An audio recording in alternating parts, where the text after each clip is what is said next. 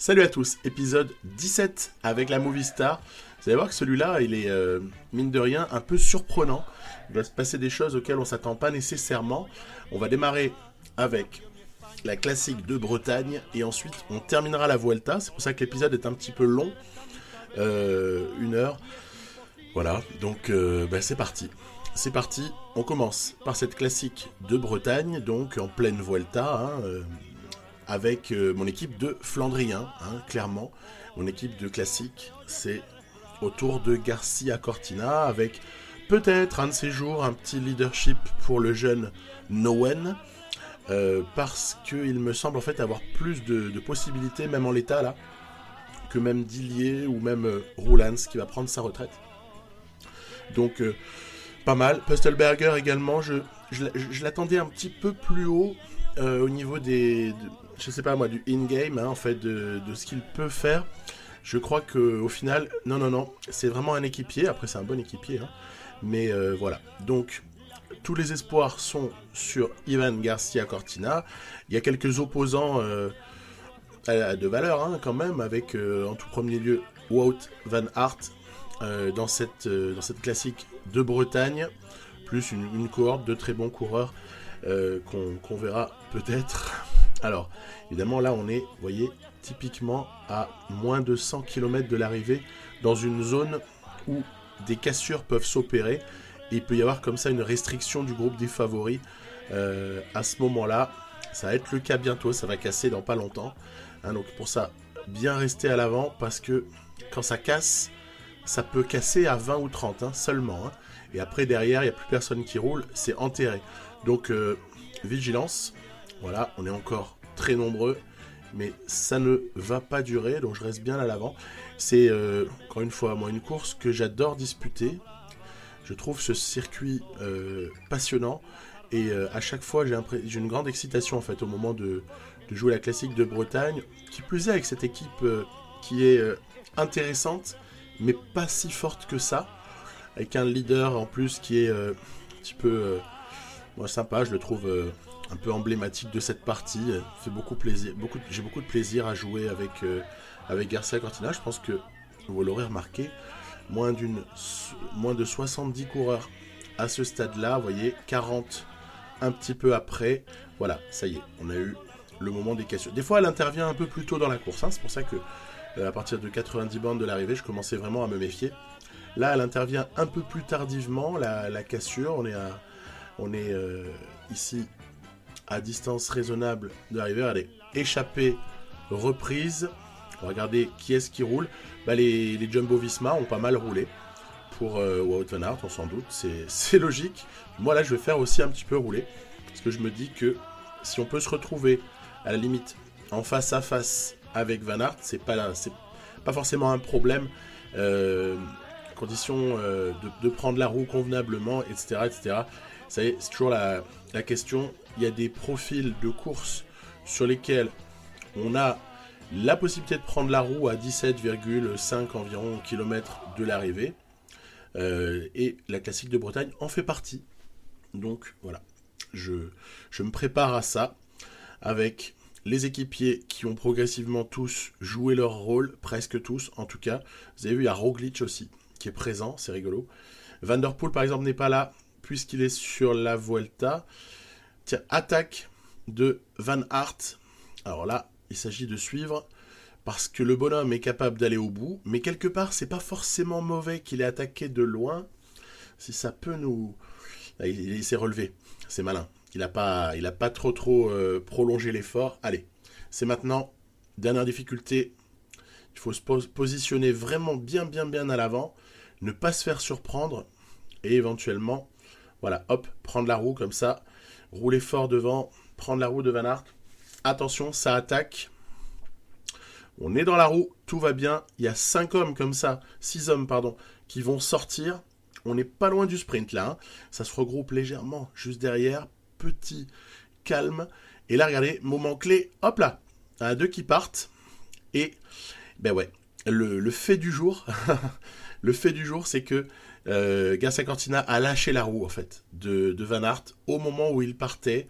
C'était aux environs de la voiture. Là, je remontrerai un mini un mini ralenti de ça juste après. Donc ça se joue là sur une toute fin où, bah ouais, légèrement victime de... Ah, c'est ici que ça se joue, voilà. Là, on a Van Aert qui part, Igasa Cortina peut-être un tout petit peu mal positionné, qui du coup lâche la roue, et voilà. Bon après, il y a une logique, hein. Il y a une logique à ça, c'est que Van Aert a quand même une meilleure note de plaine, il a une accélération à la limite similaire, il est un peu plus fort, donc on peut se faire sortir de sa roue, il n'y a pas non plus à pleurnicher. On enchaîne, on est sur une Vuelta version 2014 là que je vais vous proposer d'achever dans cet épisode, avec pas mal de victoires un petit peu réparties à droite à gauche. On a même eu les nôtres avec Alejandro Valverde, qui même du coup a eu l'honneur de porter le maillot rouge. Il a pris 2 étapes, donc c'est plutôt sympa ce début de Vuelta pour nous. Après, on a eu aussi un très bon David Gaudu, et je l'évoquais juste avant, il y a aussi Van der Poel qui est présent, voilà, ici. Van der Poel qui gagne une des dernières étapes que je vous avais proposées. Voilà, donc on a quand même du bon coureur. Peter Sagan est là aussi, hein. Au sprint, il y a quelques très bons coureurs. Arnaud Démare aussi se signalera un petit peu plus loin. On a voilà, une belle équipe, Groupama FDJ notamment. Mais tout reste à faire, il n'y a aucun écart réel, à part des poignées de secondes ou des quelques dizaines de secondes. Il n'y a rien de significatif au matin de l'étape 9, donc tout commence maintenant, avec une jolie arrivée au sommet sur cette étape. Alors, plusieurs choses avec mon équipe. Finalement, sur le Giro, on avait Mas, que j'avais plutôt pressenti, Higuita au cas où, et puis en fait ça s'était tourné pour Higuita. Sur le Tour de France, c'est la même chose, mais c'est Marc Soler que j'avais plutôt pressenti, et puis Higuita a eu les opportunités, et à un moment donné, c'est lui qui s'est avéré être le leader de l'équipe. Sur cette Vuelta, c'est pas pareil, parce que je suis avec les 3, et j'ai même les équipiers entre guillemets de luxe, hein, comme quelqu'un comme Almeida est vraiment un équipier de luxe, avec ses notes, notamment ce 80 en montagne qui est assez joli. Ben, il a fallu faire des choix. Pour le moment, je ne fais pas de choix, justement. Mon choix, c'est de pas privilégier un des 3 par rapport aux autres. Je dis un des 3 parce qu'en fait, Almeida s'est retrouvé assez vite éliminé à cause de très mauvaises formes du jour. Il y avait notamment un -5 là sur la première semaine qui lui avait coûté.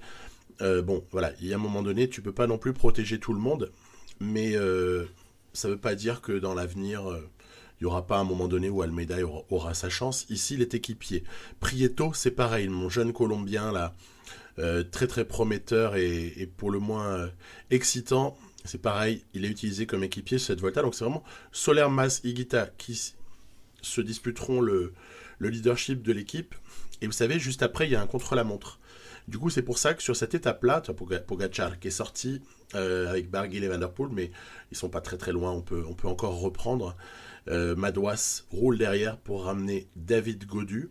Puis moi, je roule aussi un effort curseur protégé pour essayer d'amener le plus à l'avant possible mes 3 gars.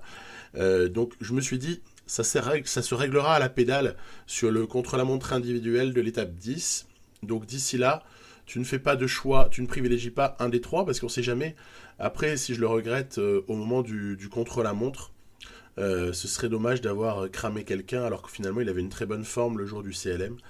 Voilà, donc c'est comme ça que Soler va quand même faire le boulot avec Mas dans la roue. David Gaudu, Lutsenko et consorts ont légèrement subi une petite cassure. Et qu'est-ce qui va se passer à l'arrivée? C'est victoire pour Enric Mas devant Marc Soler qui aura fait un très très bon travail. Tadej Pogacar 3e. Higuita dans le groupe qui arrive juste derrière, mais finalement aucun impact puisque tout le monde a été crédité du même temps, il n'y a pas eu de cassure. Et on a un rapproché au général, enfin la situation est excessivement serrée. Froome conserve à ce moment-là le maillot rouge. Et on se retrouve justement voilà, sur ce contre-la-montre que j'annonçais, celui de l'étape 10. Pour moi, c'est celui-là qui doit déjà, en tout cas, si une différence se fait entre mes coureurs, c'est là je vais commencer à décider qui est leader de l'équipe. J'ai un peu reconnu le parcours.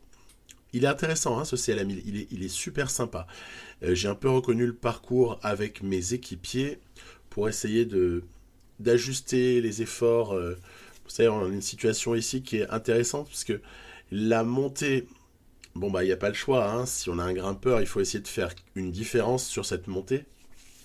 Mais tout en n'oubliant pas quand même qu'après, les descentes sont des descentes avec des pourcentages qui sont différents. Je veux dire par là que il y a une partie de cette longue descente ou faux plat descendant qui est, à mon avis, peu impactante au niveau de la barre, et d'autres portions qui sont impactantes. Ouais, c'est pour ça qu'en fait, on peut se permettre de consommer plus sur la première partie, mais tout en conservant quand même de quoi aller jusqu'au bout. Voilà, donc il y a un petit ratio comme ça que chacun se fera. Vous voyez, par exemple, on a été excessivement malchanceux sur la forme du jour de Solaire. Plutôt par contre très chanceux sur la forme du jour de Mass et relativement correct, plutôt un chouïa chanceux sur la forme d'Igita.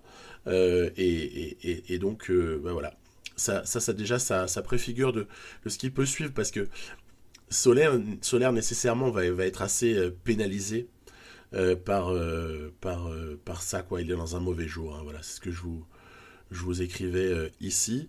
J'ai ajusté mon effort, je me dis qu'en fait 78 en faisant attention, 78 avec un bon candidat, hein, 78 un peu tout du long peut être pas mal, parce que si on a bien compris que sur des profils vallonnés, ou alors celui-là, je sais pas si on pourrait pas le considérer comme vallonné, celui-là il est plutôt bon bah limite réservé aux grimpeurs sur la première partie et aux rouleurs sur la deuxième, hein, quelque part, aux rouleurs qui ont une bonne note de descente également.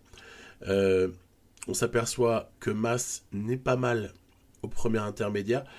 Il y a toujours cet inconnu, comment gérer comme ça un long faux plat descendant. Mine de rien, ça c'est pas un truc sur lequel j'ai une réponse. Je peux pas affirmer.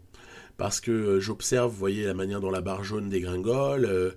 J'essaie de peser un peu l'effort pour ne pas me retrouver en disette à un moment donné. Vous voyez, par exemple, voilà, Mas va faire un bond contre la montre tout de même. Il est deuxième à l'intermédiaire, il est devant Ionis Aguirre, ce qui est quand même pas mal déjà. Higuita ne fait pas un mauvais contre la montre. En soi, Higuita est un petit peu meilleur que Mas, mais là la forme du jour a joué aussi. Et David Gaudu, ben ça va, il limite pas mal, même s'il va perdre du temps là-dessus, mais il va limiter. Et par contre, il y en a un qui va tout éclater, c'est Chris Froome. Il met 30 secondes au deuxième, TJ Van Garderen, et donc on va se retrouver comme ça avec Froome très très loin devant, Mas à 52, Higuita à 54, et Gaudu en embuscade un petit peu derrière. Voilà, donc pas le temps de se reposer. On est sur le milieu de Vuelta et il est assez intense, puisque après une étape qui arrivait au sommet, puis un contre-la-montre qu'on a vu à l'instant, c'est une nouvelle arrivée au sommet, mais pas une arrivée au sommet après une ascension très longue. C'est une ascension 7-8 bornes, quoi, hein, moins de 10 km en tout cas, donc elle n'est pas non plus mortelle. C'est pas une ascension de 20 bornes, quoi. Donc à voir un petit peu. Je pense pas qu'il y ait des masses de différences qui puissent se faire sur cette étape-là. Il faut quand même être vigilant. On ne sait jamais. Valverde aura eu de très jolies formes du jour sur cette Vuelta. Il faut dire qu'il était le seul à démarrer quasiment sous pic. Et donc, ensuite, l'aléatoire a été plutôt généreux avec lui. C'est dommage que, par contre, on ait eu des notes qui est 3 fois chuté déjà, hein, pour lui, donc ça rendait toute ambition générale impossible, quoi. Mais quand même, à noter les très bonnes formes du jour de Valverde sur cette Vuelta. Allez, ça s'excite. Regardez bien Froome à cet endroit-là, c'est Froome qu'il faut regarder, parce que il a tenté de suivre très très vite les premières attaques. À mon sens, c'est une erreur. D'autant plus qu'il a des équipiers de valeur, il y a notamment Carapace, etc. Il y a du monde, quoi, chez Ineos. Et en fait, il va se cramer direct en ayant essayé de suivre. Peut-être qu'il était dans un mauvais jour aussi. Mais on sent venir déjà ici à plus que 5 km de l'arrivée, déjà on sentait venir que Froome allait probablement buter sur cette étape-là. Alors il est encore dans le groupe. Ah, il y a également Geraint Thomas aussi. Hein, donc en soi, ils ont du bon équipier. Et ça m'a donné envie de ce fait d'aller chercher le maillot. Je me suis dit, si Froome semble déjà un peu en défaillance, il faut accélérer. Il faut accélérer, il faut essayer de provoquer un peu les choses. Voilà, voir ce qu'on peut obtenir de cette étape-là. Gaudu n'est pas mal, Barguil également. Vous voyez Froome qui lâche. Et devant, je fais donc rouler Soler pour Mas et également pour Higuita. Higuita qui a un peu plus de mal, hein, quand même, mine de rien, hein, c'était difficile. Hein, j'ai peut-être mené un tempo un peu trop important. Toujours est-il que c'est Gaudu qui va surgir et s'imposer devant Mas. Donc là, la hiérarchie de l'équipe, elle commence un petit peu à s'établir. Hein. Regardez, voilà, Froome va perdre le maillot. On va même, aller se caler dans sa roue pour surtout pas le ramener. Il y aura un nouveau maillot de champion du Portugal dans quelques étapes. Il a fallu que je l'installe à un moment donné. C'était une histoire de PNG et de, et de format en fait. Pour ça qu'en fait il apparaissait pas. Voilà, Mas en rouge, Gaudu en embuscade. On est bien placé à ce stade-là, mais on est qu'au matin de l'étape 12. Hein, donc il n'y a rien de fait. Étape 12 d'ailleurs qui semble... C'est une petite accalmie hein, dans ces étapes un peu intenses qu'on avait eues depuis le départ, en tout cas depuis la reprise de l'épisode, la 9, 10, 11. La 12, elle est clairement pour un sprinter.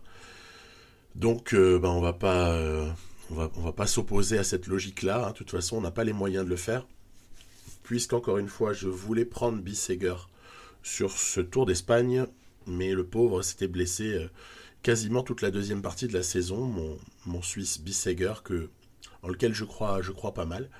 Donc voilà, ça nous fait une petite lutte entre sprinters qu'on sent arriver. Groenewegen, Sagan, Van Der Poel.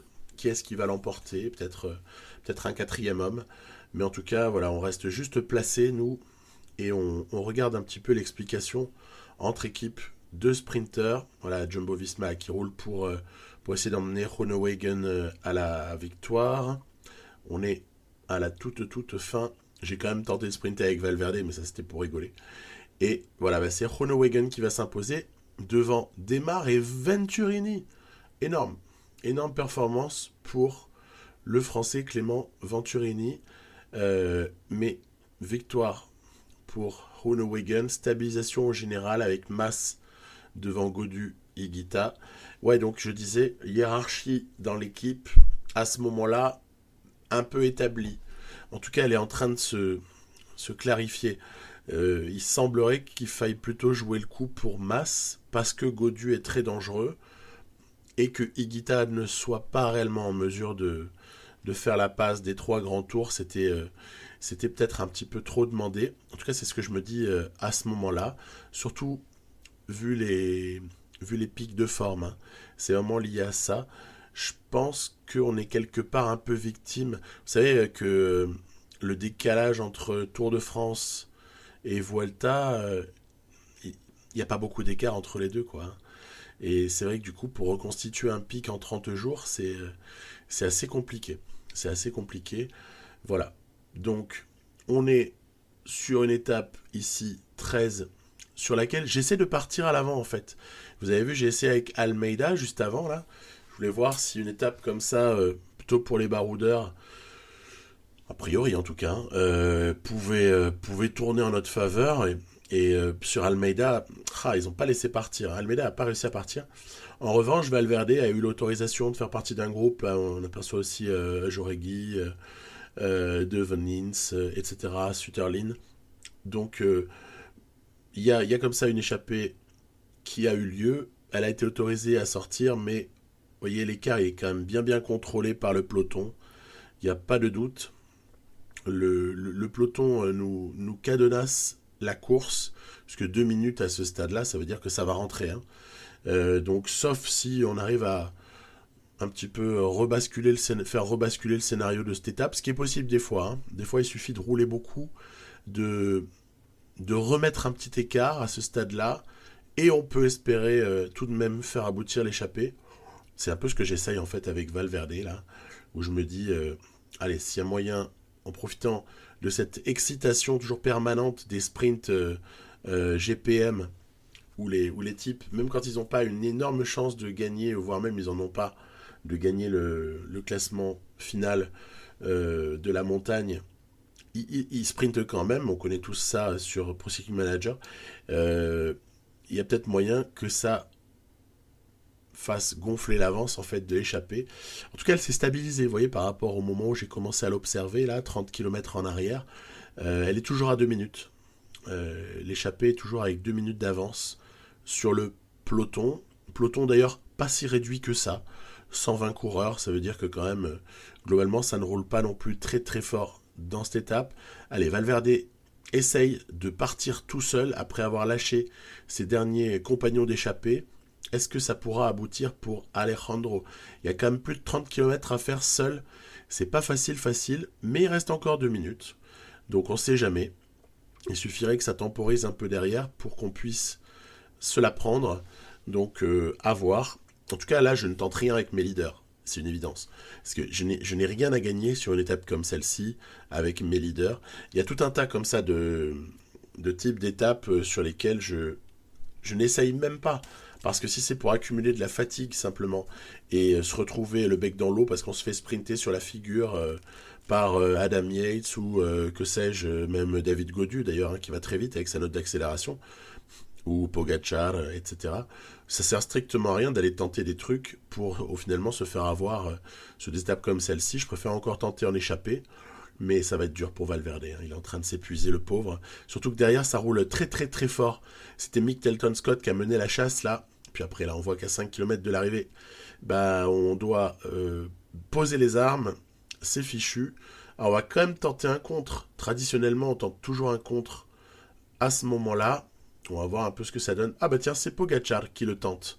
Ce contre, très très malin. Donc, est-ce que nous, on va pouvoir tenter quelque chose? Je n'en sais rien. Regardez bien. Il y a un léger faux plat montant, en fait, à cet endroit-là. Almeida, j'ai tenté le coup avec Almeida. Mais force restera à un sprinter. En l'occurrence, c'est Sagan devant Colbrelli. Van der Poel fait 4 et c'est le puncher Lutsenko qui est venu comme ça s'intercaler. Bon bah très joli top 5 par exemple. Hein. Il n'y avait pas grand chose pour nous sur celle-là, mais je suis quand même content d'avoir tenté. En envoyant Alejandro à l'avant. Voilà. De nouveau un sommet. 200 km environ sur cette étape 14 maintenant, qui est là encore, il y a du pourcentage à la fin. Hein. Le pourcentage à la fin est vraiment coquin. Et puis il y a cette longue montée suivie d'un faux plat légèrement descendant. Je ne sais pas quel type de différence on peut faire. Est-ce qu'on peut espérer par exemple faire craquer une équipe? On a peut-être dans le viseur Groupama FDJ sur ce coup-là, hein, parce que quand même Gaudu semble très très menaçant avec ses 17 secondes de retard sur Mas. Et il faudrait pas rater une opportunité éventuellement de leur infliger un écart, hein, si en tout cas c'est possible. Et voilà, on peut peut-être essayer de profiter des forts pourcentages ici, sur cette étape-là, pour faire une différence. Donc c'est ce à quoi je me prépare. On va voir suivant comment la course se passe. Devant, il y a des hommes qui ont presque 3 minutes d'avance, mais voilà, 3 minutes à ce stade-là, c'est pas encore très significatif. Ce qu'il faut regarder, c'est ce qui est en capacité de rouler derrière et qui a décidé de rouler. Mick Telton-Scott, Ineos, apparemment, Team UAE pour le compte de Pogacar avait l'air d'avoir aussi mis des hommes à l'avant. Et nous, bah, on va tenter quelque chose. Après tout, si je provoque un petit peu avec Soler, qui semble moins bien placé des trois, est-ce qu'on n'aura pas finalement un effet éclatement du groupe de favoris qui pourrait jouer en notre faveur, puisqu'ensuite on aurait à ramasser les miettes? En tout cas, c'est le raisonnement que je me fais à ce moment-là. On va voir s'il aboutit. Donc Soler a les moyens, hein, de faire très très mal, hein, sur ce type de de difficulté. On voit derrière Madouas notamment qui roule très très bien. Il y avait quelques coureurs qui avaient réussi à s'accrocher, notamment Adam Yates ou Pogacar, voire Tish Benoît. Lutsenko, Gaudu, Izagirre, Froome, Pouls font partie de ceux qui ont réussi à répliquer à Soler. Mais le problème, c'est que du coup, je me suis retrouvé un peu piégé parce qu'on peut pas être devant et derrière en fait. Voilà, hein, c'est toujours la même histoire. Est-ce qu'on peut contrôler deux endroits de la course pile au même moment en faisant pause? On peut. Vous savez que moi je m'impose de ne jamais faire pause quand je joue. Contre l'IA, on fait jamais pause. Hein. Peut-être en multi, une fois on peut faire pause si jamais quelqu'un a un problème, mais c'est tout. Contre l'IA, jamais de pause. Et par là même, des fois on rate des trucs. Alors, je veux dire pourquoi je suis pas non plus catastrophé, c'est que je sens très très bien qu'il y a dans le deuxième groupe des gens qui ont intérêt à rouler. À partir de là, le regroupement, voilà, il aura lieu. Et donc, pas de problème particulier. Et on va se concentrer maintenant sur cette toute fin d'étape 14 dans laquelle je me dis qu'il faut essayer de mener grand train, essayer de jouer l'avantage du nombre qui est le nôtre par rapport à d'autres équipes. Et puis je me tente aussi là un petit départ avec Prieto. Je me dis tiens, ce serait coquin de se la prendre là, cette étape avec Prieto. En plus il a pas trop le moral, il aimerait bien avoir une victoire, il est en disette. Et je me disais voilà que ça pouvait être sympa. Oui mais voilà, ça contre-attaque derrière. Pogacar, Yon, Izagirre notamment, Warren Barguil aussi, ont contré, ce qui fait que très rapidement, évidemment, ils vont rentrer sur Prieto, ils vont même aller contrer, c'est Pogacar qui contre, Pogacar est inhumain sur cette database, elle a évolué d'une certaine façon, un petit peu de façon aléatoire aussi, il se retrouve à 84 vallons, c'est assez monstrueux. Et donc, que faire ici ? Je fais de l'effort curseur, voilà. Je fais de l'effort curseur, voire même après, quand j'en ai plus que 3, j'essaie d'en protéger un, et puis je mets Higuita dans la roue de Mas, mais je protège Mas quand même par Solaire, en me disant, voilà, essaie de sauver les meubles, rapproche-toi le plus possible de l'avant, ne subis pas, ne te fais pas prendre dans une cassure, Pogacar qui est en train de craquer, Yon Izagirre qui plafonne, et surtout, nous, on a eu du mal, et on n'a pas su du tout faire face à la petite accélération finale de David Gaudu, qui, je pense, ici, va chercher déjà une 3e victoire d'étape sur cette Vuelta, avec la Bonif qui l'accompagne. Donc c'est une énorme affaire, en fait, pour Gaudu, parce qu'il va reprendre 10 secondes à Mas, il va se retrouver à 7 secondes derrière Mas. Higuita, Soler sont pas très loin, mais restent tout de même moins bien placé que Mas. Tiens, Lagos de Covadonga, ça nous parle. On les connaît un petit peu sur la Vuelta. Ces arrivées sur les lacs de Covadonga. Donc, étape 15, charnière. Là, c'est soit on arrive à replanter de l'écart, soit la tendance commencera vraiment à être mauvaise pour nous. Parce que Gaudu semble difficile à toucher. Il est impérial sur les réaccélérations, sur les relances qui sont proches du sommet, alors qu'il semble ne plus avoir d'énergie. Il a tout de même ce jump, et nous on n'a plus rien, évidemment, à ces moments-là. Donc compliqué. Il va falloir voir si une stratégie peut être mise en place, ou s'il y a vraiment pas grand-chose d'autre à faire qu'attendre une éventuelle défaillance de David Gaudu. Viendra-t-elle ? Est-ce que c'est un bon plan d'attendre ? Je ne sais pas. Warren Barguil, en tout cas, n'a pas décidé d'attendre. Il va chercher les points. Plutôt, non, il va tenter de sortir. Les points ont déjà été raflés par l'échappée, mais il va essayer de sortir à ce moment-là, ce qui va générer une accélération du groupe maillot rouge. Et donc, on va aborder comme ça la toute dernière difficulté du jour, c'est la montée vers les lacs de Covadonga.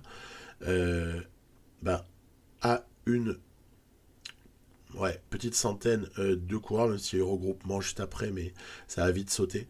Donc Barguil qui en remet une couche, très très offensif, Warren Barguil. On n'est pas surpris, c'est souvent le cas sur la database que j'utilise, c'est-à-dire la database du jeu par défaut, à la sortie du jeu, souvenez-vous, il est sorti le 4 juin, j'ai quasiment commencé tout de suite, donc voilà. Yon Izagirre qui sort, Et là, pas grand monde qui réplique. Quelque part, c'est quand même le troisième du général qui est en train de sortir là. Hein. Donc je me dis, allez, il faut que tu roules. Sinon, on va lui laisser sur un plateau et c'est un peu embêtant. Même si peut-être que j'aurais dû laisser rouler d'autres gens. Et laisser Izagirre s'épuiser. Je sais pas. Ça, c'est après coup qu'on peut dire. Mais sur le moment, il a fallu faire un choix. J'ai roulé.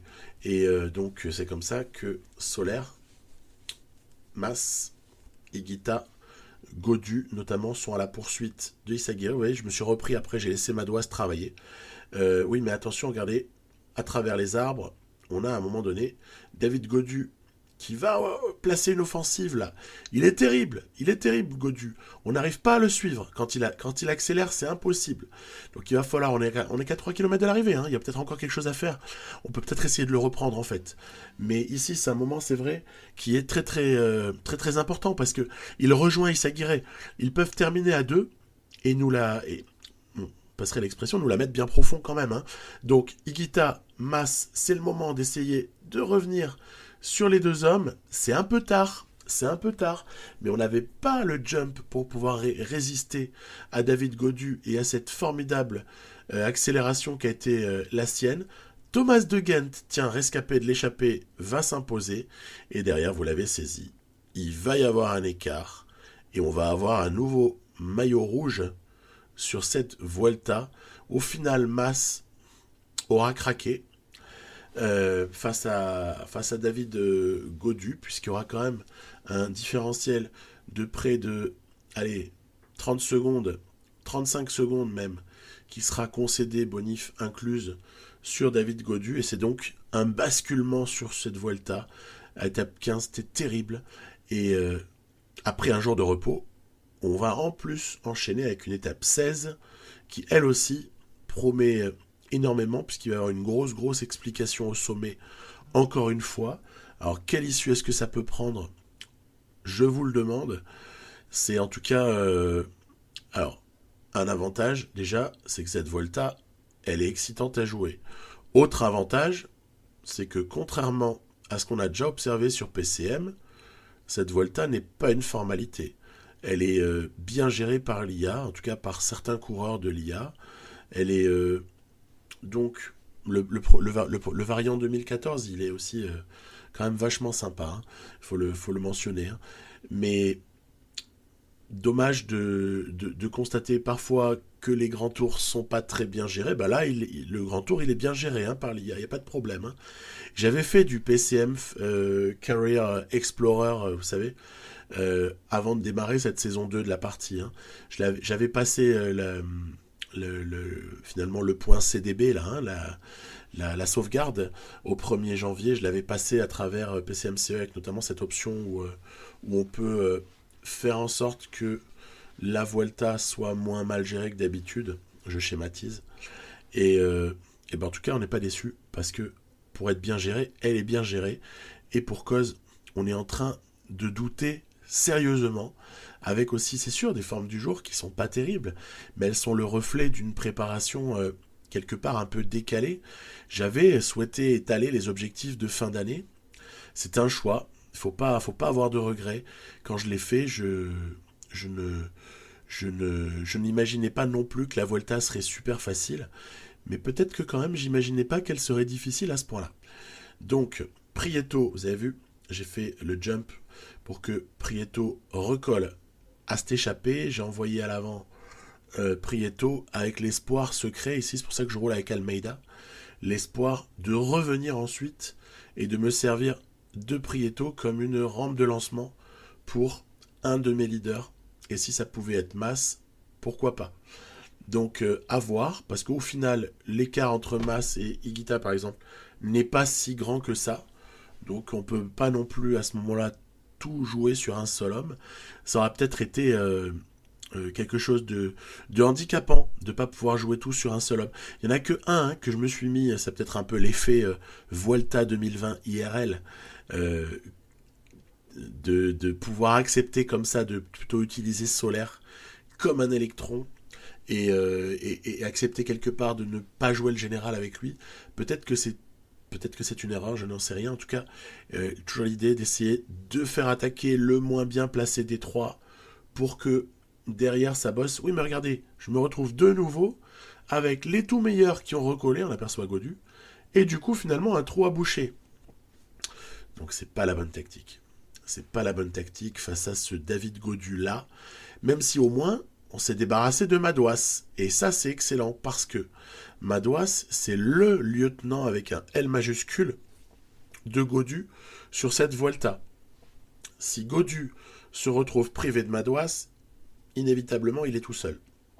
Et s'il est tout seul, on peut peut-être arriver à l'obliger à travailler à un moment donné et cueillir les fruits juste derrière. Donc, c'est un peu à ça que je pense. Donc, je ne regrette pas d'avoir fait tout sauter. C'était volontaire. Mais évidemment, on sacrifie des hommes. Hein, et on sacrifie aussi une petite partie de la barre. Il faut à tout prix faire en sorte que Madouas ne puisse pas re-rentrer. Enfin, il faut en avoir les moyens aussi. Donc, on essaie de rouler de manière, on va dire, mesurée, mais tout de même. Et là, je me dis, allez, tu retentes avec Soler, on sait jamais. On sait jamais, peut-être que certains vont devoir faire l'effort, et peut-être que ça va nous rapporter beaucoup. Regardez, Godu, obligé de réagir, mais c'est pas lui qui roule, dommage. Si seulement on n'avait pas eu Carapace qui roule ici pour Froome, ça aurait été vraiment très intéressant. Ça aurait été très intéressant de voir Godu rouler ici. Ça n'est pas le cas. Bon, après, Carapace n'en peut plus, mais Isagire fait le boulot. Donc, il y a toujours des alliés de circonstance, en fait, pour David Godu. Ça m'incite pas à l'optimisme. Parce que, souvent, sur un grand tour, je vous ai proposé des scénarios où on se retrouvait finalement avec la possibilité de faire craquer tel ou tel, bien souvent Bernal, par exemple, en essayant de l'attaquer de cette manière-là. En l'occurrence, là, Higuita est en train de sauter, donc c'est terminé. On va jouer uniquement pour Mas, bien évidemment. Soler est toujours à l'avant, il résiste, mais au final, l'écart se stabilise. Je fais travailler Godu. Je me dis peut-être que c'est bon, ça, parce que Mas va moins se fatiguer. Et, vous pensez, à +1, Mas, il est comme les autres, il souffre. Et ça termine, cette avant-dernière, Puerto de San Lorenzo, là, en dernière difficulté du jour, on la termine exsangue, et donc avec 2 hommes, certes, avec un écart mangé par Higuita, mais vous allez voir que l'effet PCM va encore faire... va encore se manifester, ça va être assez rigolo. Il va rentrer dans la descente en fait, on connaît ça. Hein. On connaît ça, ça roule plus devant, parce qu'au final, les 13 hommes là, ils ont aucun plus personne ne veut rouler. Du coup, ça va rentrer de l'arrière, voilà. On va se retrouver à 3, mais quelque part, il n'y a pas que Higuita qui est rentré. Moi, j'en ai marre de jouer contre tout le monde, en fait, c'est vrai. Dans cette étape 16, et non pas 15, dans cette étape 16, je suis un peu saoulé, parce que j'ai l'impression que, quoi que je fasse, ça s'allie contre moi. Alors là, c'est un peu la version paranoïaque, hein. Je la joue un peu, je la surjoue, hein, rassurez-vous. J'ai pas sombré dans la pathologie absolue, mais non, mais honnêtement, j'ai un peu l'impression que les planètes sont pas très bien alignées sur cette Volta, quoi. Et c'est vrai que à ce moment-là, je vais faire rouler, on va pas baisser les bras, mais c'est dur. Mais c'est très dur parce que au final, Godu a eu le soutien qu'il fallait au moment où il le fallait. Maintenant, Madouas en plus est rentré. Moi, je n'avais plus les moyens à un moment donné de rouler. Ça a explosé, mais pas assez. Et du coup, c'est pas évident. C'est pas évident. Je sais, entre guillemets, plus vraiment quoi faire. Alors regardez, on va laisser Higuita dans la roue de Godu. Godu qui attaque. Il est inépuisable. Hein. Dès qu'il a vu que Madouas n'en pouvait plus, il part. Il a raison. C'est très très bien joué. C'est magnifique. Si on a les moyens, franchement, c'est ça aussi. Hein. Il faut en avoir les moyens. Hein. Et là, du coup, on se retrouve avec une cassure, Godu qui part avec Pogacar, Higuita qui évidemment ne pouvait pas suivre, et Soler qui va essayer de protéger Mas le plus longtemps possible pour essayer de revenir tranquille au train. Hein. On va essayer de revenir au train ici sur Godu et Pogacar. Est-ce que ça va être faisable ou pas? En tout cas, vous aurez noté, étape 14, victoire de Gaudu ou de Ghent, enfin l'une des deux. Il y a victoire de Ghent, mais il y a surtout deux étapes, 14-15, et là on est sur la 16, où Gaudu reprend du temps de manière assez significative, et il en replante une en plus. À peine on revient, il en replante une. Il nous fait très très mal. Il est parti pour s'imposer, probablement aussi sur cette étape 16, même si Mas, regardez, très courageusement, vient comme ça rattraper Gaudu, qui était en cinématique de presque défaillance, il y est de nouveau, et dès que c'est le cas, bam, il en replante une. Alors là, du coup, je recolle dans la roue. Là, c'est vraiment l'explication au sommet, hein, cette étape 16. Hein. Je suis dans la roue, d'accord? J'ai de la barre rouge. Eh ben, croyez-le ou pas, il avait beau être sur une cinématique de défaillance, Gaudu, ben en fait, il a l'air de lui en rester encore, si bien qu'il accélère, et il va en plus se la chercher. Donc là, les bras m'en tombent. On est tombé sur un coureur invincible, et ben, il n'y a plus qu'à croiser les doigts maintenant, sauf la défaillance ou le fait de course. Je pense déjà que c'est terminé en fait. S'il n'y a pas une petite défaillance ou un fait de course, Mas est encore perdu 6 plus 15, 21 secondes à l'écart. Il se retrouve maintenant à 50 secondes. Higuita et Solaire, c'est terminé, ils sont à plus de 3 minutes. Donc, bonjour la décantation de cette Vuelta à l'issue du triptyque 14, 15 et 16. On prend dans la foulée une petite respiration avec cette étape 17 qui semble promise soit à une échappée, soit à des sprinters. Alors du coup, ça m'a donné envie de voir s'il y avait moyen d'aller devant, notamment avec voilà, les hommes en forme, hein. Du coup Bettencourt par exemple. Ou... Est-ce que quelqu'un peut aller en ramasser une, ou est-ce que c'est complètement illusoire de le penser? Valverde éventuellement. Donc voilà, parce que je pense pas qu'on puisse prendre du temps à David Gaudu sur cette étape-là. Donc ben voilà, c'est comme ça que Bettencourt est parti comme ça. Bon après, qu'est-ce que ça peut donner avec Prieto, hein, deux Colombiens?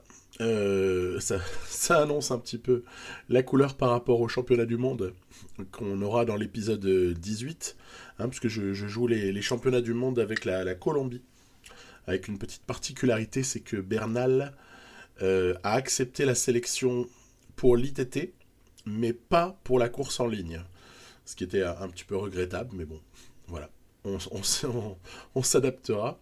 Donc, dans le final de cette étape, on voit bien que les hommes de tête sont sous la menace claire et nette du peloton, hein, parce que le peloton contrôle encore une fois cette échappée. Il n'y a pas beaucoup d'échappées qui sont allées au bout sur cette Vuelta. Si on peut considérer par exemple de Ghent dans cet épisode-là, hein, qui s'impose de peu devant David Gaudu sur une des arrivées au sommet, mais globalement, très très peu d'échappées sont allées au bout. Peut-être que c'est même un de mes records du nombre d'échappées le plus faible qui va au bout. Enfin, le Tour de France qui avait précédé était pas mal non plus dans le genre, hein, mais on avait eu plus de configs favorables aux échappées, par exemple sur le Giro ou bien sur la carrière Lotto Soudal, par exemple. Voilà, toujours est-il que ici je tente le coup avec Valverde. Vous allez dire, tu tentes tout le temps avec Valverde. Ah, c'est une histoire de forme du jour un peu, hein. C'est un peu une histoire d'opportunité. Il reste quelques kilomètres, ça roule quand même assez fort ici, IF1 notamment. Donc ce sera un peu difficile pour Alejandro. Dommage, j'aurais bien aimé pouvoir faire quelque chose. Et puis après, le sprint donnera ce qu'il donnera. Je tente quand même le coup, mais il y en a un qui est plus fort que tout le monde. Ce jour-là, c'est Arnaud Démare. Donc décidément, Groupama FDJ vraiment, vraiment au sommet, avec un maillot rouge exceptionnel, et Arnaud Démare qui vient comme ça chercher l'étape 17. Est-ce que ça va durer jusqu'au bout? C'est ce qu'on va voir, avec déjà une étape 18 un peu piégeuse pour quelqu'un qui serait en mauvaise forme. Donc on va surveiller de près ce qui peut arriver sur cette étape-là. On voit Higuita par exemple qui est à -1. À vrai dire, c'est plus très important à ce stade-là. Bon, Enric Mas à -2. Bon, c'est même pas trop grave sur une étape comme celle-ci. La forme du jour n'est pas très impactante. Si c'est sûr que tu as plus 5, tu peux vraiment aller la gagner si on fait rouler toute l'équipe pour le leader à plus 5. Mais à part ça, il n'y a pas non plus des masses de choses à gagner là-dessus. Donc on va juste essayer de rester placé, hein, tout simplement. Essayer de limiter tous les dégâts possibles, voir de quelle façon. Vous voyez, 47 seulement présents dans le peloton à ce stade-là. Donc ça a quand même bien fait le tri. Je tente quand même avec Marc Soler au cas où. On s'aperçoit que le scénario se répète. Vous savez, ce scénario où tout le monde suit Soler parmi les plus forts. Et derrière, il faut faire juste attention à ce que Mas, par exemple, ne se fasse pas piéger. Ce ne sera pas le cas. Et donc, on a bien compris. Et voilà, maintenant, on est à moins de 30 coureurs dans le groupe maillot rouge. La descente précédera l'ascension finale. Donc, vigilance. Voilà, sans non plus avoir des milliards d'espoirs. Puisqu'on a bien compris qu'au niveau du punch, on n'est pas forcément invité. Donc, contrôlons quand même un petit peu ce qui se passe. Toujours Valentin Madouas, très très proche des premières places pour contrôler la course, tel un maestro. Et puis, derrière, évidemment, je vais rouler un petit peu, essayer de voir s'il y a moyen de mettre Mas dans de bonnes conditions pour aller chercher une bonification malgré tout. Donc c'est comme ça que Pogacar va faire le boulot. Après, je pense que de toute façon, c'est pour l'échapper, celle-là. Tiens, pour le coup, moi qui disais qu'il n'y en avait pas beaucoup qui avaient abouti, celle-ci va aboutir. C'est Bob Jungels qui, entre-temps, a déjà levé les bras. Donc l'échappée a maintenu son avance. Du coup, ça roule un peu moins fort parmi les favoris. Mais le fait d'attaquer avec Solaire réveille un petit peu tout le monde. Pogacar, entre autres. Bon, il y aura une relative neutralisation, tout ça, voilà. Tout le monde va être dans le même temps. Tiens, Van Der Poel, là, avec son maillot vert, qui était bien présent à cette arrivée, là, aussi. Donc, pas grand-chose à observer, si ce n'est, voilà, belle victoire de Jungels, maintien des écarts en l'état, et étape 19 à venir, avec cette fois-ci une arrivée consécutive à une descente. Toujours des petites configs intéressantes. Après, reste à voir qui sera présent à ce stade-là de la course. Donc, stratégie simple. Il reste 19 sous nos yeux. Il reste la 20e étape ensuite, qui sera une jolie arrivée au sommet après une belle étape. C'est un peu traditionnel sur les Vuelta, en tout cas c'est souvent le cas. Et puis, la particularité de cette Vuelta 2014, c'est un petit contre-la-montre final qui est relativement plat, en tout cas il n'y a pas beaucoup de pourcentage. Et donc, oui, il y a encore des petites explications, c'est loin d'être joué, mais on serait bien inspiré peut-être de tenter quelque chose aujourd'hui. C'est pour ça que je fais le listing de ce qui reste. Et c'est comme ça donc que je vais me décider à rouler, à essayer de faire un petit peu le forcing sur cette étape 19, pour essayer de voir un peu qui peut résister dans la dernière ascension, par exemple. Et on va, voilà, donc tout doucement s'en rapprocher, en protégeant Enric Mas en tout premier lieu, et en utilisant les autres comme allumeur de mèche potentiel. On va voir ça. Allez, ça y est, on se rapproche de cette difficulté finale. L'échappée me semble ne pas avoir suffisamment d'avance pour tenir le coup a priori. Ça devrait être repris assez facilement, avec une grosse accélération ici d'Almeida, dans la roue duquel Valverde est bel et bien présent. Higuita Soler un peu à la traîne. Prieto protège Mas, qui est en train de remonter. On va essayer de se positionner. Là, entre-temps, je me suis recalé avec Higuita Soler dans la roue. Il va falloir remonter ici par la gauche de la route. Tiens, on se fait un petit peu bloquer. Oui, parce que c'est gentil d'imprimer un rythme, mais si ensuite les leaders sont trop loin, c'est un coup d'épée dans l'eau. Donc après, il suffit de sortir aussi dans les dernières centaines de mètres, hein, comme ici, on le voit, suite au très gros travail après de Mick Telton Scott. On a la possibilité de sortir. Encore une fois, Solaire, dont la tentative est étouffée dans l'œuf par les tout meilleurs. Très bien, très bien, très bien. On va quand même tenter le coup dans la descente.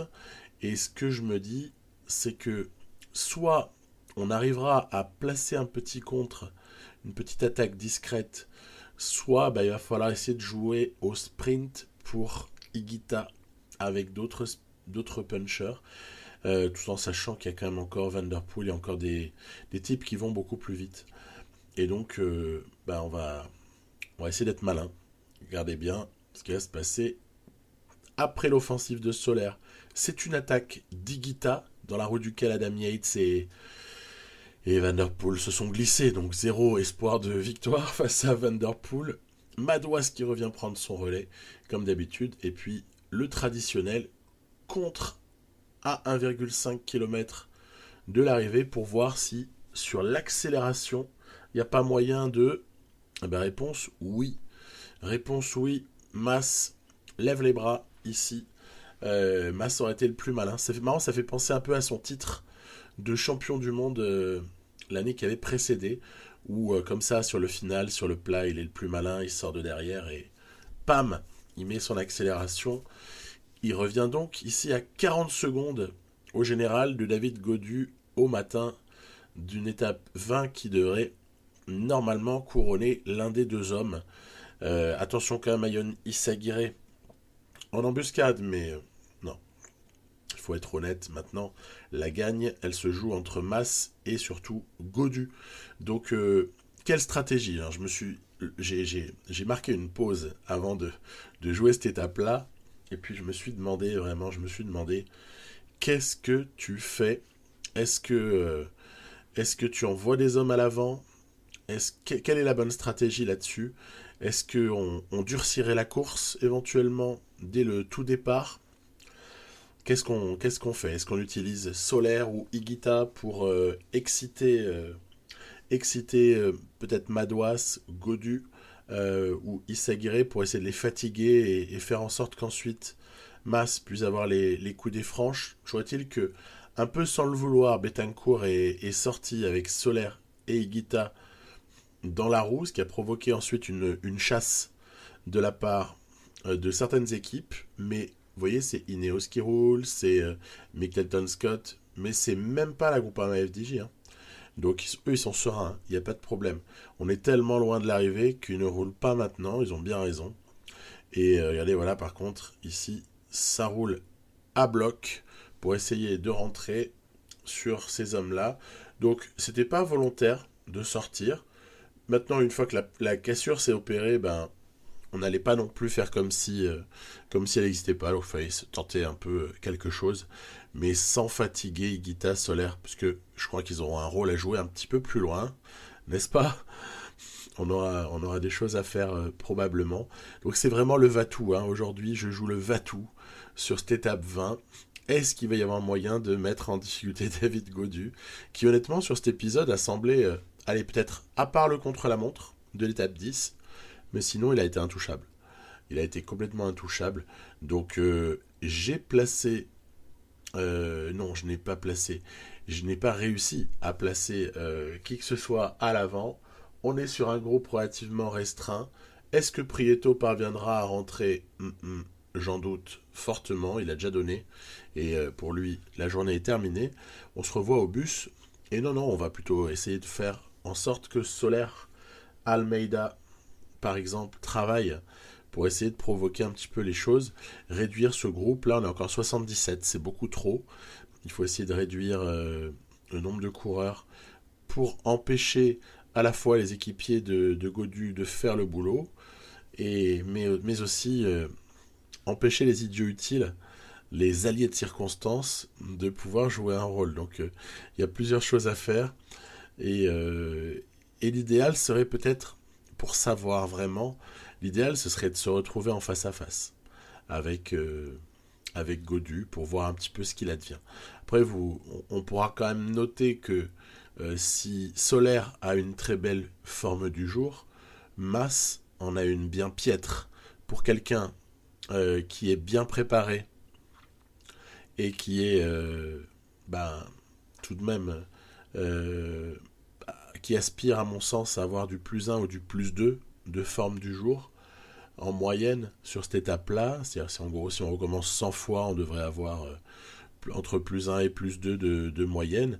Se prendre 0, c'est quand même une petite sanction. C'est même un peu dommage. Donc il va falloir composer avec, un peu comme d'habitude. Et donc c'est comme ça qu'on va se retrouver avec, vous voyez ici, avant-dernière difficulté du jour, c'est dans la roue des tout meilleurs que Mas est économisé. Tiens, ça y est. Accélération de Yon Izagirre. Oui, je force pas avec Mas. Hein. Je veux pas le cramer. C'est Pogacar qui décide de partir. Il y a 0 problème. Tu pars quand tu veux. Tu n'es absolument pas dangereux au général. Donc, à partir de là, Pogacar, tu es bienvenu. Pars. Le problème, c'est que, regardez, là, enfin, Godu est obligé de rouler, mais Izagirre, juste avant, était en train de lui faire le boulot. C'est insupportable d'avoir le deuxième qui emmène le troisième, pardon, qui emmène le premier et que finalement tue dans l'œuf les offensives éventuelles du deuxième. Madouas a été lâché du groupe Godu, ce qui laisse imaginer tout de même que Godu va faire des efforts. Regardez, il est quand même obligé de rouler, ne me dites pas qu'il n'est pas obligé de rouler là. Après on est en descente. Enfin, c'est un peu vallonné en fait, pour être franc. Oui, puisque là en fait ça remonte déjà. Alors Solaire est devant.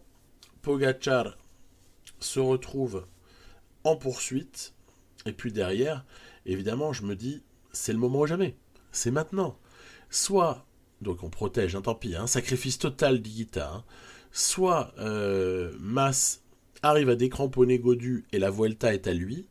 Soit il n'arrive jamais à décramponner Godu. Et à ce moment-là, la sentence, elle sera donnée. Et donc c'est comme ça que je vais tenter le tout pour le tout. C'est-à-dire essayer de faire rentrer Mas dans la route Solaire pour ensuite faire rouler Solaire. Mais on voit qu'il ne peut plus rouler désormais. Donc il va falloir peut-être retenter quelque chose avec Mas. Izagirre est lâché. Higuita a tout donné. Froome est lâché également. Et puis devant, on a un mano à mano entre Mas et Godu, avec Pogacar bientôt en train de lâcher, Adam Yates bientôt en train de lâcher, et Solaire, il n'en peut plus. Du coup, je tente une attaque ici pour essayer de distancer David Godu qui s'accroche. Terrible, terrible. Il reste encore, mine de rien, plus de 6 km. Donc, on est loin, loin, loin d'avoir terminé. Et cette Volta se termine par un face-à-face à l'avant entre les deux premiers du général, Mas, Godu. Alors du coup, j'essaie de la jouer fine. Je me dis, laisse-lui faire les efforts. À la limite, si ça rentre de l'arrière, tu pars avec Solaire pour voir un peu la réaction de Godu. Mais Mas, tu te contentes de suivre et il faudra à un moment donné en planter une. Donc objectif, reconstitution de barre, de Mas, en ne roulant pas, en laissant Godu rouler. Oui, mais regardez, même en ne roulant pas, l'écart se maintient à une quarantaine de secondes. Ce qui prouve bien qu'en fait tout le monde est en défaillance. Et c'est comme ça que, juste en passant sur le groupe arrière, Godu en avait profité pour accélérer, ce qui m'a bouffé un peu de barre. On va se préparer, on va bouffer le gel dans pas longtemps là pour essayer de profiter d'un gel de barre, par exemple, sur la toute fin. Je vais prendre la roue, mais regardez ce qui va se passer. Il a accéléré. En fait, c'est marrant. Dès qu'il retrouve un semblant d'énergie, Godu, hop, tout de suite, il attaque. Et c'est ce qui va une nouvelle fois se passer. Regardez, cinématique encore une fois de défaillance de Godu, avec Mas dans la roue, on a passé sous la flamme rouge. Ça sent pas bon. Et là, je me dis, allez, attaque! Tu en plantes une. Enfin, attaque. Effort curseur, on a compris. Eh bien, non, regardez, Godu, il récupère des forces. Il n'y a rien à faire. Il est imbattable, David Godu. Et c'est une véritable fessée qu'il nous aura infligée sur cette Vuelta, parce que là, la messe est dite. On a encore perdu du temps alors qu'il y avait 40 secondes au départ de cette étape 20. Donc tout est ficelé pour Gaudu, qui ne perdra pas 1 minute ou 1 minute 10 sur le contre-la-montre suivant. En tout cas, cela paraît improbable. Les écarts commencent à être énormes et on n'a plus que cette étape-là pour espérer. Alors, on va voir. Hein. On va voir ce qui se passera. Donc c'est assez court. On est sur des pourcentages plutôt faibles. Donc un contre-la-montre qui serait a priori plutôt réservé aux spécialistes rouleurs, avec comme ça la petite tentative avec certains. Hein. Moi j'essaie de m'appliquer quand même, de voir quel peut être l'effort. Traditionnellement, sur les contre-la-montre de cette distance-là, un effort aux environs des 78 avec un bon rouleur, c'est relativement optimal. Mais attention, hein, il peut y avoir des petites variations, mais j'ai remarqué que c'est souvent comme ça sur une dizaine de kilomètres. Après, reste à voir ce que ça peut donner. Un bon temps quand même pour Prieto, qui n'a pas été ridicule. Higuita s'élance avec une mauvaise forme du jour, ça n'aura pas beaucoup d'impact. Soler a une très bonne forme, il est sous pic, je rappelle, donc encore heureux. Mais est-ce que ça va suffire encore une fois? Je ne sais pas s'il est vraiment spécialiste de ce type de contre-la-montre type prologue. Et c'est comme ça qu'on va pouvoir regarder si Mas et sa bonne forme du jour peuvent nous renverser le fil de cette Vuelta ou pas. Donc on va assez rapidement avoir une petite idée là-dessus. Allez, premier intermédiaire, il est pas mal. Soler est encore meilleur, mais ça nous importe peu pour le général. Et Soler d'ailleurs, ici, allez, va en terminer, voilà. Hop là, punaise, il a failli gagner. Terrible, dommage, il aurait mérité d'en prendre une quand même, parce que Soler un peu malchanceux hein, sur cette année. Enric Mas qui en termine. Est-ce que ça sera suffisant? Je crois qu'on a deviné, ça ne sera pas suffisant. Qui est Gaudu 17ème du 12ème pardon, à 17 secondes, 11ème. Voilà. Qui a gagné cette Vuelta? David Gaudu, avec finalement une 26 sur Mas, 3,19 sur Yon Izagirre qui vient compléter le podium, avec finalement Soler et Higuita 4 et 6, avec en plus le grand chelem hein, pour Gaudu, qui a pris tous les maillots qu'il pouvait prendre. Bref, c'est pas une victoire, c'est un triomphe. Alors il y a pas mal de choses finalement à dire. J'essaierai de proposer un mini débrief de tout ça, parce que j'y réfléchis quand même à ce qui s'est passé, qu'est-ce que j'ai raté, etc. Donc je vous dis rendez-vous dans un épisode 18 pour ça, et puis la fin de saison également. Et d'ici là, bon week-end à tous, bye bye.